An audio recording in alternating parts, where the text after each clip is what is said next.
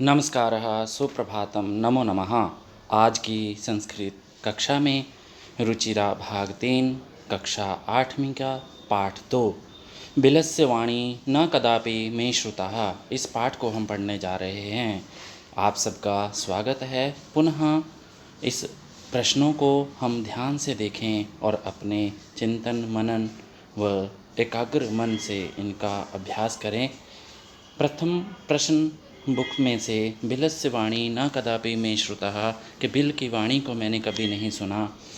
उच्चारणं कुरुतः कस्मिंश्चित् क्षुधार्ता सिंहपदपदति विचिन्त्य एतत् श्रुत्वा समाह्वनं साध्वीदं भयसंत्रस्तमनसां प्रतिध्वनि।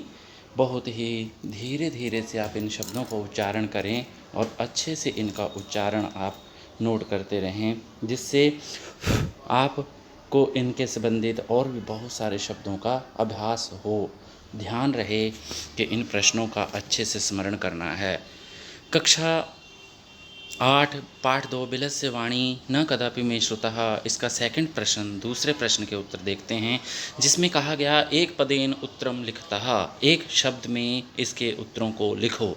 सिंहस्य नाम किम, उत्तर होगा खरण खरः। गुहायाः स्वामी का आसीत्, दधि पुच्छः, इसका उत्तर होगा सिंह कस्मिन् समय गुहायाः समीपे आगतः, उत्तर होगा सूर्यास्त समय।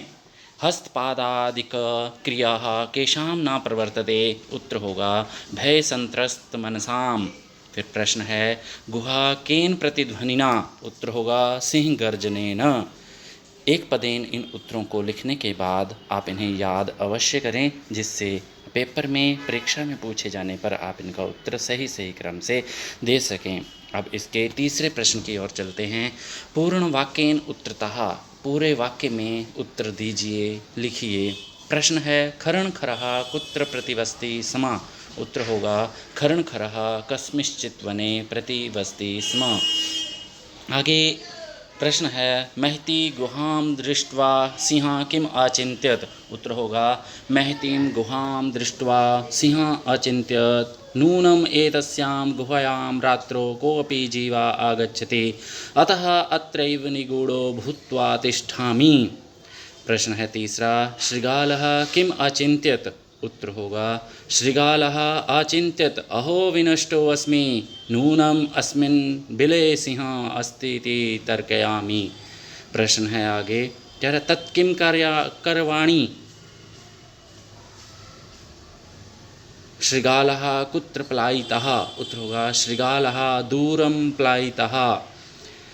प्रश्न है गुहा समीपम आगत्य शृगालः किं पश्यति, उत्तर है गुहा समीपम आगत्य शृगालः पश्यति यत् सिंहपदपदति गुहां प्रविष्टा दृश्यते न बहिरागतः। का शोभते, उत्तर होगा या अनागतम कुरुते सा शोभते। प्रश्न 3 के प्रश्नों को पूरा कर लिया हमने उत्तरों के साथ। अब प्रश्न 4 की ओर चलते हैं। प्रश्न 4 है रेखांकित पदानि आधृत्य प्रश्न निर्माणम कुरुतः, रेखा जिन प्रश्नों के नीचे दी गई है उन्हीं से आप प्रश्न निर्माण करें। पहला है क्षुधार्तः सिंह कुत्रपि आहारम न प्राप्तवान, उत्तर होगा कीदृशः सिंह कुत्रपि आहारम न प्राप्तवान। दूसरा प्रश्न है दधिपुच्छः नाम शृगालः गुहायाः स्वामी आसीत्, उत्तर होगा कः नाम शृगालः गुहायाः स्वामी आसीत्। तीसरा प्रश्न है एषा गुहा स्वामिना सदा आह्वानं करोति, उत्तर होगा एषा गुहा कस्य सदा आह्वानं करोति। तीसरा प्रश्न के बाद चौथे प्रश्न की ओर चलते हैं। वहाँ प्रश्न है भय संत्रस्त मनसां हस्तपादादिकः क्रियाः न प्रवर्तते, उत्तर होगा भय संत्रस्त मनसां कीदृशः अथवा कः क्रियाः न प्रवर्तन्ते। प्रश्न है 5वां आह्वानेन शृगालः बिले प्रविश्य सिंहस्य भोज्यं भविष्यति, उत्तर है आह्वानेन शृगालः कुत्र प्रविश्य सिंहस्य भोज्यं भविष्यति। ये इनके आंसर हैं, आप इन्हें अच्छे से लिख लेंगे, ध्यान रखेंगे, अपने साफ राइटिंग में इन्हें अपनी कॉपी या अपने विचारों में अपने मन में संजो कर रखेंगे। आगे प्रश्न 5 घटनाक्रमानुसारेण वाक्यानि लिखतः, वाक्यों को घटना के क्रम के अनुसार लिखें। प्रश्न है गुहायाः स्वामी दधिपुच्छः नाम शृगाला समागच्छत्। दूसरा सिंह एकां महती गुहां पश्यता। तीसरा है परिभ्रमन् सिंहाक्षुदो जातः। चौथा है दूरस्थः शृगालः रविं कर्तुमरब्धः। पांचवा प्रश्न है सिंह शृगालस्य आह्वानम् अकरोत्। पांचवा है दूरं पलायमाना शृगालः श्लोकं पठ्यता। लास्ट वाला प्रश्न देखते हैं। गुहायां कोऽपि अस्ति इति शृगालस्य विचारः। अब इनके उत्तरों को हमने आगे लाल अक्षर में उनका आंसर बताया गया है कि जैसे कक्षा में रोल नंबर आगे पीछे बैठ जाते हैं बच्चे, उनको एक लाइन में फिर से बिठाने के लिए उनके रोल नंबर बोलने पड़ते हैं।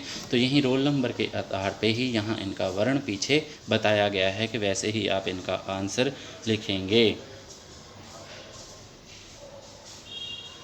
प्रश्न नंबर 6 में यथा निर्देशम उत्तरतः निर्देशानुसारम उत्तरम दीजिए। एकां महती गुहां दृष्ट्वा सा चिंत्यत अस्मिन् वाक्ये कति विशेषण पदानि संख्या सह पदानि अपि लिख्यते।